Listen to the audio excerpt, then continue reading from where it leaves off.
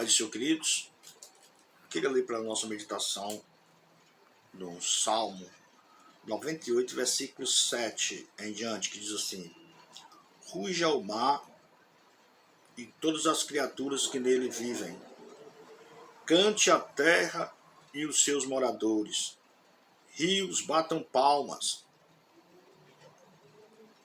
montes cantem com alegria diante do Senhor, porque ele vem governar a terra. Ele governará os povos do mundo com justiça e de acordo com o que é direito. Salmo 98, do 7 em diante. Então vamos falar um pouco mais sobre a geografia de Israel, né? Um pouco da geografia da terra. Já falamos sobre os montes, sobre os mares, sobre os lagos, né? E agora vamos falar um pouco sobre os rios, né? Segundo o dicionário Aurélio, a definição de rio é um curso de água natural de extensão mais ou menos considerável que se desloca de um nível mais alto para outro mais baixo, aumentando progressivamente seu volume até desaguar no mar, num lago ou noutro rio, e cujas características dependem do relevo e do regime de águas. A palavra rio, no idioma hebraico, aparece em diversas formas, a saber, Wadi, nome dado a um tipo de rio temporão, né, isto é, corre águas no seu leito em determinada estação do ano. Trata-se de uma ravina, né, ou de um leito seco, onde só corre águas em seu leito no período de inverno ou de chuvas. Isso a gente chama de Wadi. Naam é o vocábulo normalmente usado para designar um rio comum. Os rios da Palestina são divididos em duas bacias hidrográficas, a bacia do Mediterrâneo e a bacia do Jordão. Então, quando eles querem falar do rio como Rio Jordão, que é um rio que tanto faz chover como não, eles chamam de Naham. Quando eles querem falar de um rio temporal que só escorre água em época de inverno, na época da chuva, eles chamam de Wadi. Então, vamos começar a falar sobre a bacia do Mediterrâneo, né? Os rios da bacia do Mediterrâneo são aqueles cujos rios, cujas águas caem ao mar Mediterrâneo. Então, esses rios do mar Mediterrâneo é porque, querendo ou não, essa bacia, a água deles vão para o mar Mediterrâneo. O primeiro rio a gente pode chamar de Belos, né? Esse não é propriamente dito um rio de águas perenes, mas somente um wadi, né? Que fica seco por quase 2/3 do ano e tradicionalmente tem sido identificado com o rio Sitor Libanete, né, mencionado em Josué 19:26. Apesar de não ser bem identificado a localidade deste rio, muitos autores dizem que ele deveria estar no lugar da tribo de Asa, né, onde corria um riacho. O nome Belos foi dado pelos gregos, né? Os judeus e os árabes o chamam hoje de Namã. Existe também o rio Kizon, né? Ou Kizon, né? Trata-se de um rio profundo de águas rápidas. Em certos meses do ano, quase não pode ser atravessado. Este é o maior rio da bacia do Mediterrâneo e o segundo de toda a Palestina, perdendo somente para o Jordão. Esse rio ele nasce nas pequenas correntes dos montes Gilboa e Tabor e vai recebendo águas de outras pequenas vertentes, correndo na direção noroeste do Monte Carmelo. Ele passa pela planície de Israelon e, enfim, desagua no mar Mediterrâneo, na parte sul da bacia do Acre. Foi nas margens desse rio que Cícera foi derrotado pelo exército de Baraque e Débora. Juízes 5, do 20 ao 21. Sem muita certeza, algum autor diz que o seu nome significa turvo tortuoso, né? Em Juízes 5:19, esse rio é chamado de águas do Megido, em virtude do grande episódio que envolveu o profeta Elias e os profetas de Baal, mencionado em 1 Reis 18:40, é atualmente chamado de Naar ou Mukata. Naar el Mukata, que significa Rio da Matança. Naar el Mukata, Rio da Matança. No Cântico de Débora, em Juízes 8 e 21, ele é chamado de Ribeiro das Batalhas. Rio Kizom, né? Débora fala sobre esse rio. E o rio Caná, né? Este rio, ele é citado apenas 2 vezes na Bíblia, Josué 16:8, 17:9. Né? Trata-se de um rio Wadi, né? Aquele rio que só tem água durante o inverno, e não de um rio de águas perenes. Ele nasce em Samaria, esse rio se estende pela planície de Saron, irrigando suas terras em direção ao mar Mediterrâneo. Pela planície, o seu curso, né? Era rio que ficava no limite entre a tribo de Efraim e a meia tribo ocidental de Manassés. Ele tem esse nome em virtude do seu leito correr nas proximidades da cidade de Caná de Efraim. Essa Caná de Efraim, essa cidade, não é a mesma que Jesus transformou água em vinho, né? Essa fica na tribo de Efraim, a outra na tribo de Zebulon, região que mais tarde passou a ser chamada de Galileia. Gás. Aqui tem um termo, outro Wadi, né? Que atravessa o território de Saron na direção leste-oeste, terminando no mar Mediterrâneo, nas proximidades da antiga cidade de Jó. Provavelmente o nome desse rio é derivado de um monte não identificado, onde em suas proximidades foi sepultado o corpo de Josué, sucessor de Moisés. Leia o livro de Josué, capítulo 24, versículo 30. Esse rio ele é mencionado também em 2 Samuel 23:30 e 1 Crônicas 11:32. É o rio Gás.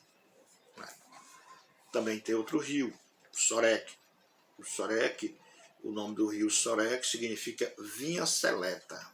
Esse também não é um rio perene, mas tão somente um Wadi. Este rio ele nasce nas montanhas, findando o seu trecho no mar Mediterrâneo, entre Jope e Ascalon, na região setentrional da Filístia.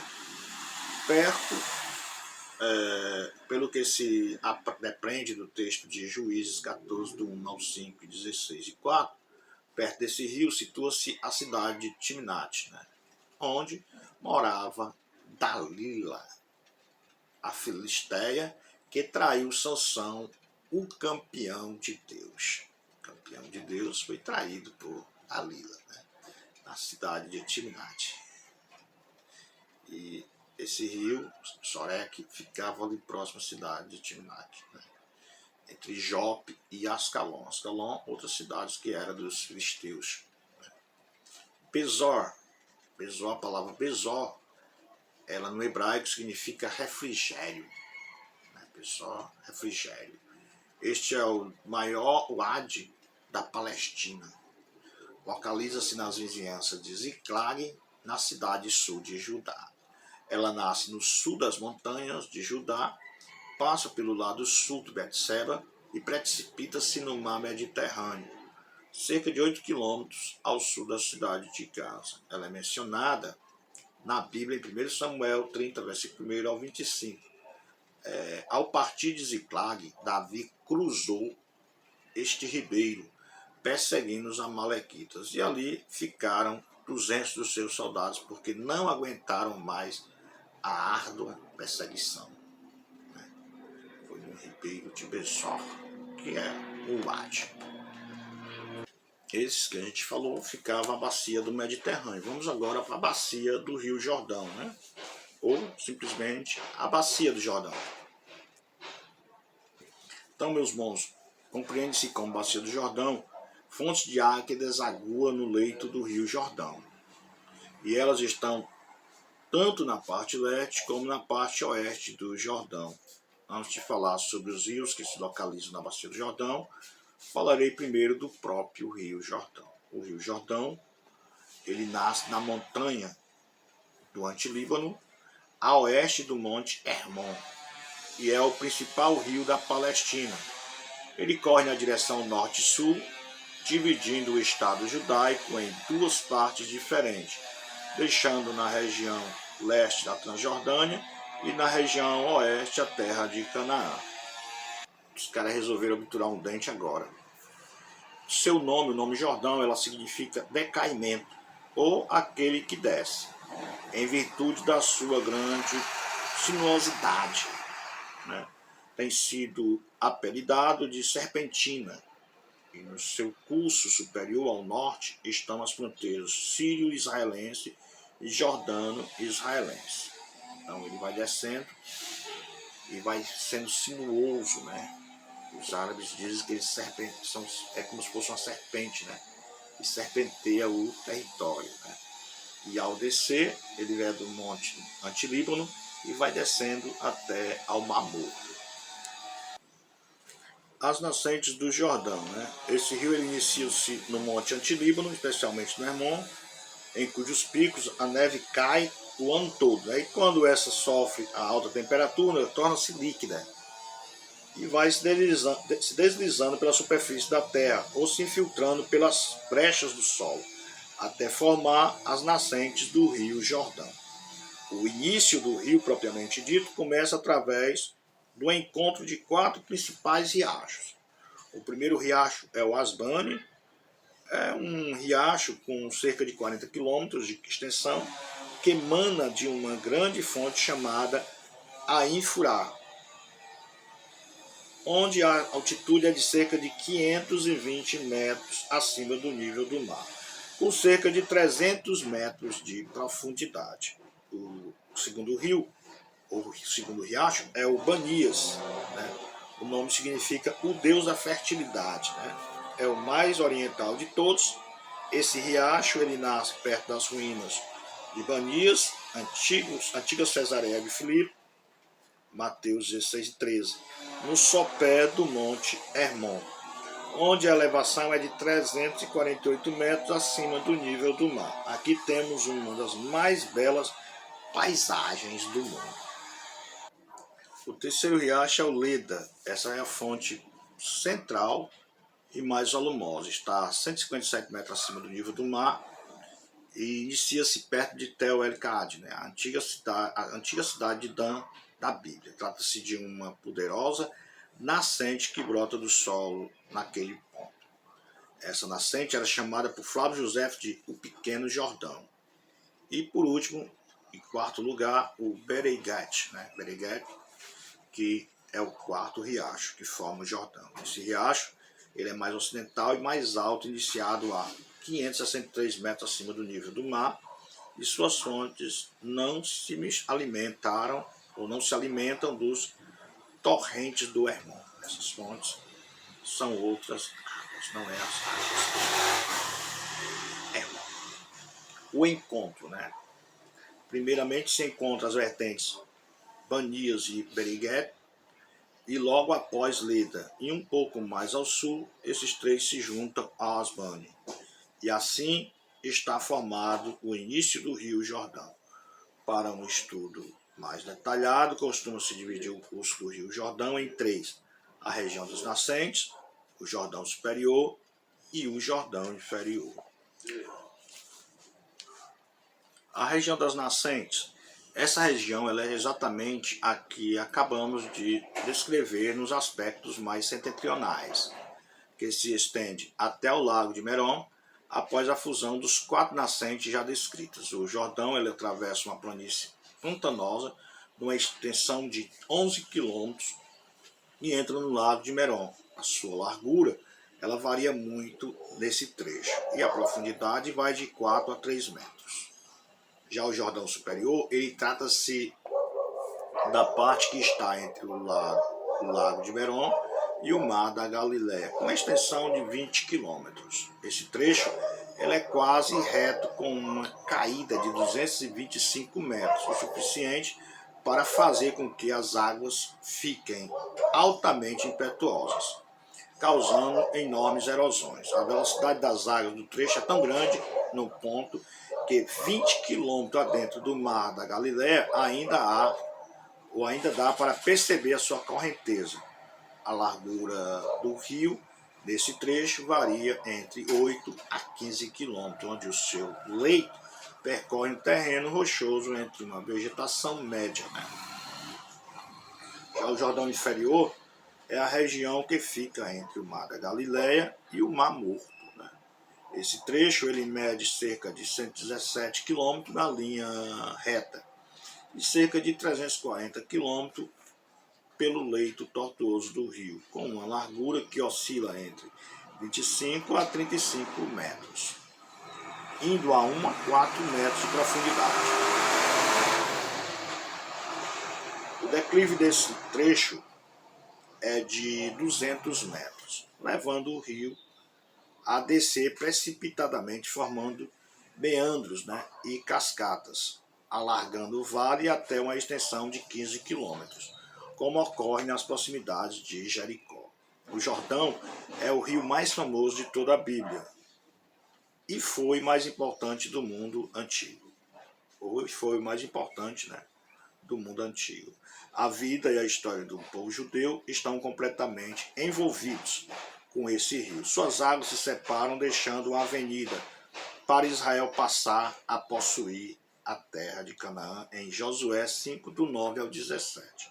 O mesmo acontece no fim dos dias de Elias e Eliseus, que atravessaram, segundo Reis 2, 16 ao 14, onde eles atravessaram o Jordão a pé enxuto. Em suas águas, Naamã foi curado de uma lepra. Quem não se lembra, Segundo Reis 5, do 1 ao 14. Ali houve também a recuperação do machado de um seminarista, que na Bahia, aliás, que na Bíblia é chamado também de filho dos profetas, segundo Reis 6, do 1 ao 7. Foi o local preferido, Foi o local preferido de João Batista para realizar o batismo, em Marcos, capítulo 1, versículos 5 e 9. Então, esse é o Jordão. O Querite, O Querite, aqui temos mais um dos muitos wadi, existente na Palestina até hoje. Discute-se a verdadeira localidade desse ribeiro de águas intermitentes, Baseado em 1 Reis 17, 5, onde diz que o ribeiro está no Rio Jordão. Alguns autores identificam na margem oriental do Jordão. Porém, a maioria dos autores diz que o tal ribeiro situa-se na margem ocidental. Entende-se que é um wadi, Desce dos montes de Efraim e desemboca no Jordão, pela margem ocidental, um pouco ao norte de Jericó, depois de percorrer uma região agreste, povoada de corvos e água. O que deixou esse ribeiro famoso foi o seu envolvimento com o profeta Elias, descrito em 1 Reis 17, do 1 ao 7. Também temos o Cedron. Trata-se também de um wadi, não de um rio perene. Não passa de apenas um riacho com um regime de inverno, que atravessa o vale de Josafá. O termo é aplicado tanto ao riacho quanto ao vale no meio do qual flui. O seu nome no hebraico significa turvo, melancólico, E ele está no Novo Testamento. Em todo o Novo Testamento, o seu nome só aparece em João 18 e 1. Somente nos tempos chuvosos é que produz águas impetuosas. Nasce a 2 km a noroeste de Jerusalém e correndo na direção sudeste, passa ao lado da cidade de Jerusalém, desagua no Mar Morto, numa distância de 40 quilômetros, um leito profundo e sinuoso. É mencionado em 1 Reis 2 e 37, em 15, 13, e 2 Crônicas 15, 16, Jeremias 31, 40, etc, etc, etc. Onde fala da fuga de Davi ao ser perseguido por seu filho Absalão. Ele passou por esse rio, o Cedron. Yarmuk, apesar de não ser mencionado na Bíblia, esse rio é o principal afluente da região leste do Rio Jordão. Serviu de limite entre a meia tribo de Manassés e Bazã. E mais tarde, nos tempos apostólicos, foi incluído na tetrarquia de Filipe. O seu corpo é formado por 3 braços, né? Sendo que o mais setentrional recebe abundantemente águas das vertentes orientais e meridionais do Monte Hermon. O seu encontro com o Rio Jordão ocorre 6 quilômetros ao sul do Mar da Galileia. E por fim, o Jaboque, né? Lá no Val de Jaboque, né? Lá no Val de Jaboque, né? Então, o Jaboque, esse rio, ele nasce no sul do Monte Gileade. A princípio ele ocorre no leste, né? Depois ele corre para o norte e noroeste, fazendo uma semi-elipse, né? Até despejar suas águas no Jordão, entre o Mar da Galileia e o Mar Morto. Após um trajeto de 130 quilômetros, o seu nome significa o que derrama, né? Os árabes o chamam de Nahar Zerka, que significa Rio Azul. A celebridade na Bíblia deve-se ao grande episódio de Jacó com o anjo do Senhor, né? Ao que resultou na mudança do seu nome, né? Em Gênesis 32 e 22 ao 32, onde Jacó briga com o anjo no Val de Jaboque, né? E ali ele consegue mudar o seu nome de Jacó para Israel. Então foi no Val de Jaboque, né? E Jaboque, como já falou, tem tudo a ver porque significa o que derrama, né? O que derrama bênçãos, né? O que derrama. Então, Arnon, o que é Arnon, né? O seu nome, ele no hebraico significa murmúrio. Ele nasce nas montanhas de Moabe, ao leste do Mar Morto, onde termina o seu leito, né? Formando por 2 braços, esse rio percorre 80 quilômetros. Primeiramente, esse rio ele separava os moabitas dos amorreus, depois os moabitas do território da tribo de Ruben, ficando como limite meridional permanente dos territórios israelitas da Transjordânia. Foi nas imediações desse rio que foi encontrado a célebre pedra moabita pelo missionário alemão F.A. Klein, né? Nas ruínas da cidade de Dibon, que fica a 5 quilômetros ao norte do rio. Em épocas de chuva é bastante volumosa, mas no rigor do verão chega a secar. É mencionado na Bíblia em Isaías 16 e 2, Números 21 e 13 e Deuteronômio 2 e 24. Mas o que parece ser mais relevante nesse rio é a pedra moabita que foi achada por esse missionário, né? F.A. Klein, né? Isso é tudo, pessoal. Deus abençoe a todos, né? E depois nós voltaremos com o nosso último capítulo. A paz do Senhor Jesus a todos. Amém?